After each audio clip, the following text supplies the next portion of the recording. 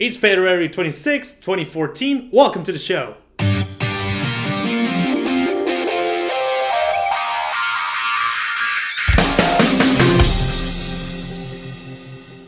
Hello Internet, I hope you're having an awesome day. My name is Gerardo Mejia, also known as High Brain. And I appreciate it really much that you're giving me this 5 to 10 minutes to show you what you might have missed on the internet. News, reviews, or any other kind of interesting paraphernalia or paraphernalia.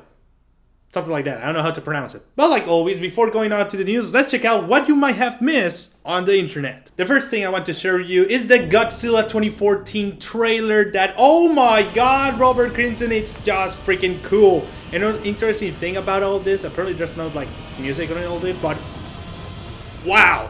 Then we have Brent Floss, who has released a new album, Flossophy, and kind of kick-ass name if I have to be honest. He has a great compilation of songs from before and new ones, and you can actually get it as a digital copy, physical copy, and at the moment it's like $12, $13 for each one, but at this time I won't buy it just because I know he's going to go to SGC and I want my copy signed. Sure, I can actually get it right now, but maybe I should wait. Or maybe not, or maybe if Brent Floss sees this video, I'll buy his album. So share it with him. Then, if you're interested in game design, Extra Credits has released a new solid explanation about quest designs. Now, we have always seen the whole quest design for World of Warcraft, the whole like, oh, go kill 5 people, oh, go kill or transport this to the other side, explore the world, blah, blah, blah, blah, blah. They do have bringing new points to how this system will work out very well for the next generation of MMOs. So, a good deal to check it out, and basically, I want to become a game designer someday. Because they do cool stuff. And also bad stuff. And that being said, we have an interesting commercial from Capcom. Or more importantly, how to save insurance on your car. Is Ryu actually now part of the policies? I have to not buy a policy against Ryus, Street Fighters, Fireballs. That's kind of a big deal here. So it's hilarious video there, and check again your insurance. Then a video I thought it was from Canada, but after watching these guys jumping around into the snow, swimming in it, it was clearly that they were not Canadians. And the snow, it's something, the polar vortex or anything. Let it go! Let it go! For anyone who's looking for their taste of Flappy Bird because they haven't played in a few weeks or days and I need my fix. And I'm just paraphrasing, I never played that game. Someone actually created a small box, a small real Flappy Bird in real life, which you can be playing around, you can do it, and surprisingly I'm interested. I actually would like to play this version because at least I don't have to pay like $600 for a phone with the app, so yeah. And of course, we cannot go without Japan news, because this is the first time I think I mentioned Japan, but games come from Japan, but whatever. We know that there's a lot of problems with sexual harassment in the trains in Japan, but right now, Robocop is in place to charge the criminal insane sexual crimes. I don't really know. I thought it was a joke, but apparently it's true. Just check the video. And like always, I want to present you with an artist of the day. And today I want to present you The Living Machine 02. This is an artist that's been following around for the last couple of months, and it's better known by his art on My Little Pony, the Anthroforms, and even the humanized versions of some other cartoons.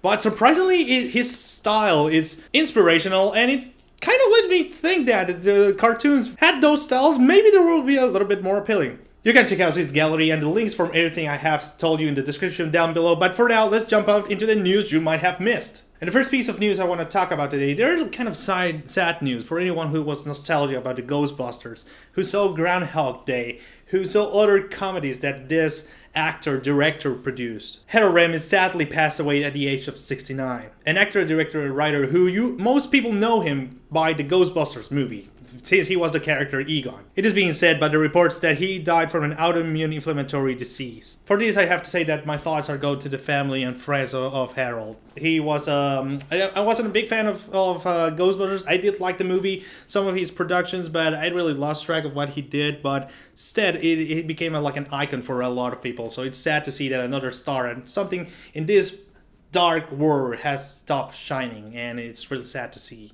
someone like him going. Then news for whoever wants to buy a 3DS or a 2DS at this moment, stop. There's gonna be a great promotion. It was leaked early in the week that Toys R Us were going to have like a promotion that if you buy certain kind of games, you were going to get a code for downloading the latest Pokemon game. And apparently it's true, according to some press releases that Nintendo has done at this time. If you buy one of certain games on Toys R Us for the 3DS or 2DS, you're gonna be able to get those games, the Pokemon XY. But the promotion is just for Toys R Us. If you purchase these games that are Yoshi's Island, Animal Crossing, New Leaf, Super Mario 3D Land, Donkey Kong Country Returns 3D, Mario Kart 7, Lego City Undercover, The Chase Begins. So if you were planning to buy a 3DS or 2DS on the future, just wait. You can get awesome bundles with it. Digital bundles, but more games. And moving on to news that I'm not surprised they happen. South Park: The Stick of Truth has been censored in Australia and countries in Europe. Normally it's Australia or Germany because they have like a strong restriction on M-rated games. But who could not blame from what this game is being censored about? On a press release, it was announced that a mini-game in which the doctor is performing an abortion on the player, a mini-game in which the player is performing an abortion on the character Randy, and 5 anal probing scenes involving someone actively being probed were the ones that censored or make the censorship on the game. And again, who can blame them? I know the satirical and the horrible, sometimes black humor that South Park has, and it's good that maybe this game is finally going to be like a good South Park game, but let's be honest, do you really want to see like the going to the probe thing and all and the abortion thing? I mean, do we really need those scenes in that game? I don't know. I mean, I haven't seen South Park in a while, so are they getting that gross?